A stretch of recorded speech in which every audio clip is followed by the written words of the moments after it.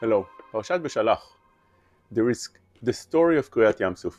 In the story of Kriyat Yamsuf, the Shirat Hayam, the song that Am Yisrael and Moshe Rabbeinu sings, describes how Paro was able to recruit all the Egyptians to come running after Am Yisrael after getting so many plagues and so much makot. What happened? Why is it that he was able to pull them out of Mitzrayim to run after Am Yisrael, where it could be that they're committing suicide with that?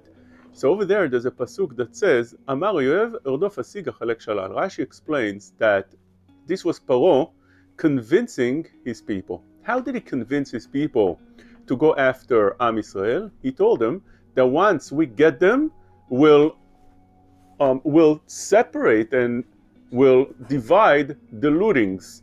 Everything that Am Yisrael has will divide between us.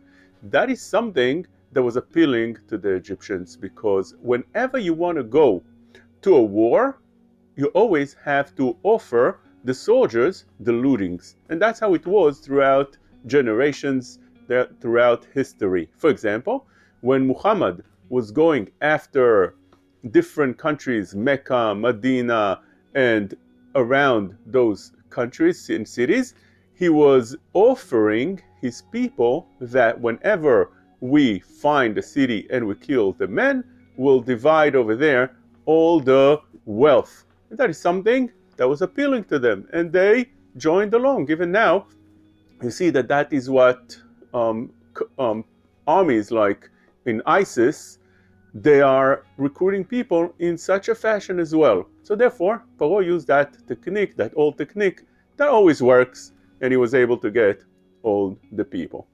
Now, when we take a look in last week's parasha, we found how Am Yisrael are convinced to do things. And that is what happened in Makat Choshech. In Makat Choshech, something very interesting happened.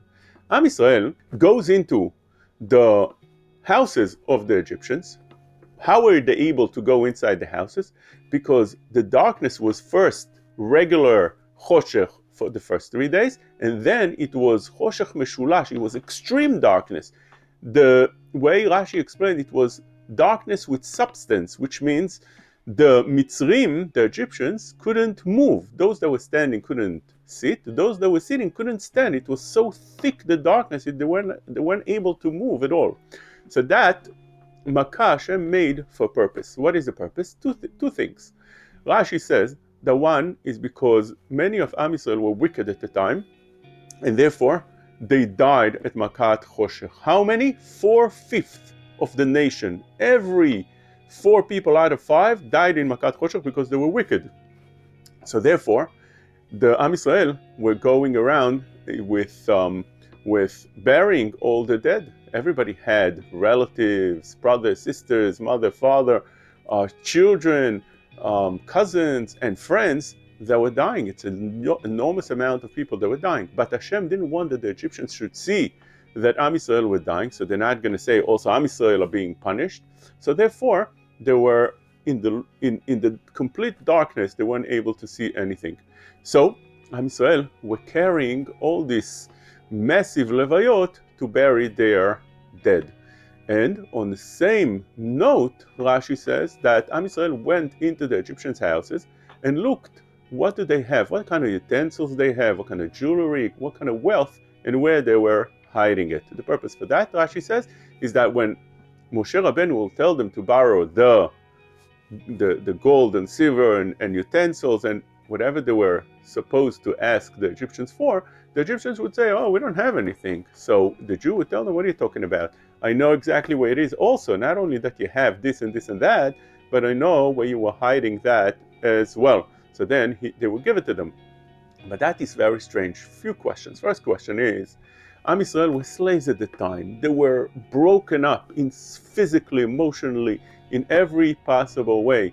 How did they have within them to go right now and look for jewelry, for utensils? They just want to get free. When a person is enslaved in such harsh labor and harsh conditions, all he wants is just to get out of the place. He doesn't care about wealth, he doesn't care about jewelry, and there's nothing for him in it. He just wants freedom.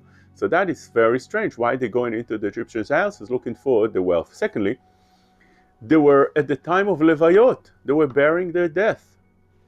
And the cemeteries are getting filled up with new bodies, and all of them had people that are relatives and friends that were dying, and it was fresh. It just happened today, yesterday. So how is it possible that while they are avelim and they're crying over their relatives, they're going right now to the Egyptians' houses to look for utensils? That's also extremely strange.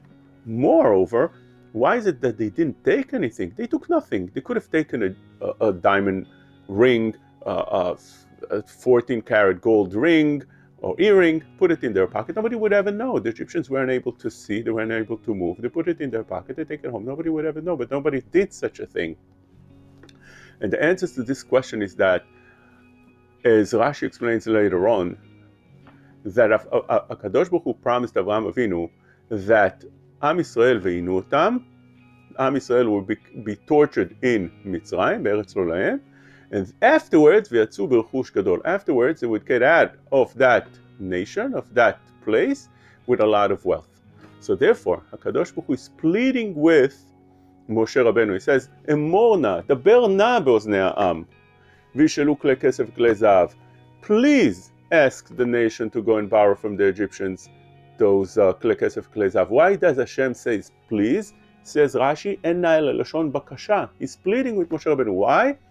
So Rashi explains that HaKadosh Baruch Hu told Moshe, Shelo yomar oto tzadik, that Avraham Avinu would not say that inu otam kiyem b'hem. HaKadosh Baruch Hu fulfilled the promise of inu otam. He tortured them in Mitzrayim, but v'yatzu b'rechush gadol lo kiyem b'hem, and they never came out with the wealth that was promised. So therefore, I want to fulfill my promise to Avraham Avinu. Okay, so that if that is the case, we can understand now that Am Yisrael at the time were preparing for that very thing that HaKadosh Baruch Hu would ask Moshe Rabbeinu to do, because they knew that HaKadosh Baruch Hu had a promise to Avraham Avinu, and HaKadosh Baruch Hu wants that Am Yisrael should take out those jewelry and those utensils. Not that they needed the utensils. They're going to the desert. There's no need for those kelim, for those utensils in the desert. It's extra burden to carry on you, and there's nothing, you can't use wealth in the desert. What are you going to buy with? There's nothing there that you can use to buy. Whatever Kadosh Baruch provided you, that's what you had. But using those utensils to change for some other things, there was no such things in the desert. So therefore they didn't need that. It was just the extra burden that they put on themselves and on their family to carry. They didn't have a need for that, but they wanted to fulfill HaKadosh Baruch Hu promise to Avraham Avinu. They wanted to do what Hashem's will is. Hashem wanted them to take those utensils. So therefore, they're already preparing for that at the Makat Choshech, even though they're broken up, even though they abused emotionally, physically, even though they're right now mourning their death, but still, the main focus is what HaKadosh Baruch Hu wants. He wants that the promise that he made to Avraham Avinu should be fulfilled. We're going to go and look where those things are. So when he tells us to leave and ask for those kelei kesef klei zahav, we will be right there ready to do his will. And that is something interesting to see, the difference between Am Yisrael and Umot HaOlam. Well, Umot HaOlam, you can convince them to go and do things only if you give them something as a reward. Am Yisrael are not interested in the reward. The reward for Am Yisrael is the will of HaKadosh Baruch Hu. What Hashem wants, that's what I want. That's what becomes my will. Shabbat Shalom. Shalom. שמי הרב שי תחן, ואני מקווה שנהניתם והחכמתם מהשיעור. אם יש לכם שאלה בהלכה, פנו אלינו לבית ההוראה במספר 347-666-3467. זה מספר בניו יורק, ולכן תוכלו לשאול במספר של וואטסאפ, והרבנים של בית ההוראה, ואני בכללם, ננסה לענות לכם בהקדם. שבת שלום.